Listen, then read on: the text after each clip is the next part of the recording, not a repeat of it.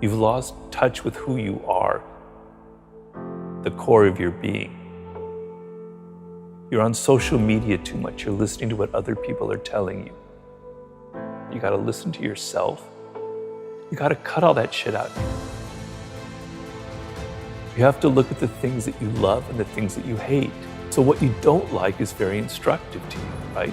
You're looking at things that are very powerful inside of you, that are emotional. They're not intellectual. They're feelings, they're emotions. They're visceral things that you connect to. I've always followed the laws of power, which is change things up, enter action with boldness, don't be afraid to do things differently, adapt your strategy to the circumstance. It's never too late. The earlier you figure it out, the better off you are, but it can happen later in life. Now, I figured out at an early age that I wanted to write. I didn't know what I wanted to write, but I loved words and I loved writing. And if I didn't have that connection when I was 8 years old, all the way into high school and college, I would have been a lost soul. And I empathize with a lot of people who don't have that feeling when they're 8 or 18 or in their 20s. But I've tried to tell people everybody has it. You're just not listening to yourself. You've lost touch with who you are. There are 5 forms of intelligence. We normally associate intelligence with intellectuals, with Noam Chomsky, with Albert Einstein. No, intelligence comes in all forms. Working with your hands is a form of intelligence. A carpenter has a high form of intelligence. People who are sports, who athletically use their body, that's another form of intelligence. There's music, there's math, there's language. You have one of these frames of mind. By the way your brain is wired, you are inclined towards one of them. Figure that out. You gotta be a bit bold. You have to embrace what makes you different. It takes time. To do anything in life takes time and hours and patience and work.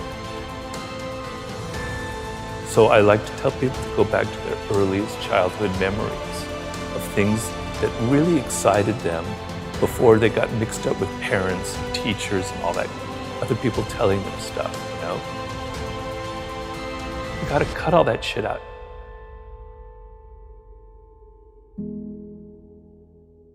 You know, I was frustrated, I was depressed. I even have to admit I had moments that were slightly suicidal because I knew deep down that I could do something. I was different from other people. I had different experiences, you know, and I knew that there was something I needed to express. There was a purpose to how my life had unfolded, but I couldn't find it. I had tried everything. I had tried every form of writing, every possible endeavor you can imagine. It just didn't click. So I was very deeply frustrated.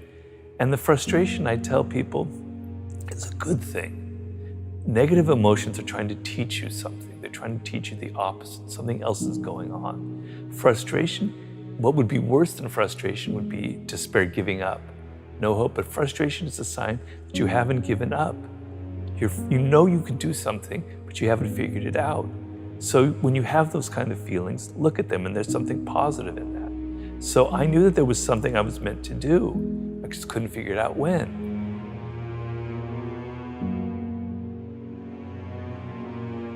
It's easy for me, a boomer, I have to admit that, to preach to you when you have gone through we've gone through a pandemic, what looks like to be a recession, and then if you're a millennial, you went through the crash in '08. It's easy for me to preach. You're dealing with really difficult circumstances.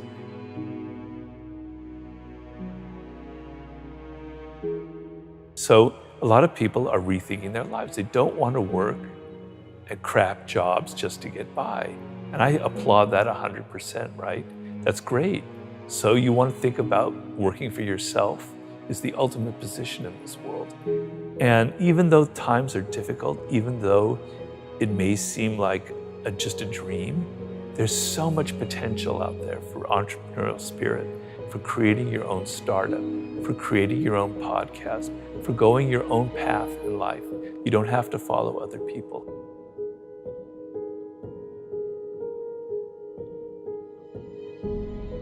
It's not like it was when I was growing up. There were things that were better back then, but there are things that were a lot worse, right? You have so many more options. It's just that you're not going to reach them. You're not going to be happy in this short time that you have to be alive unless you take it seriously and still have some fun and adventure and excitement. You got to listen to yourself. You have to embrace what makes you different. Just don't listen to your parents go, I got to be making $100,000 when I'm 23 and go to law school and do all this stuff. You're going to burn out.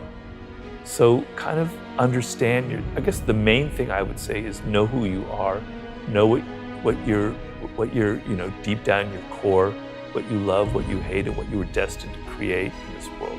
That's like the most important process you can go through. Everybody has that potential. But I know it doesn't come easy. It's a process and you have to be patient, but you have to put in the work. But another skill that you cannot ignore is the social. We're social animals. And there are a lot of people in life who ignore that because they're shy. And I was very shy as a young man. I was mostly quite introverted as well.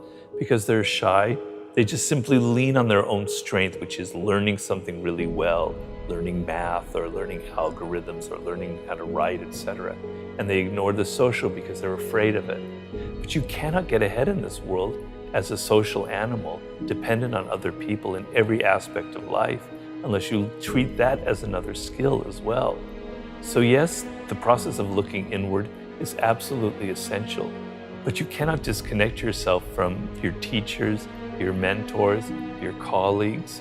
You could have all the skill in the world and know your life's task brilliantly, but if you continually alienate people by your boorish behavior, by your insensitivity, all of the skill level in the world will be completely neutralized by your own mistakes.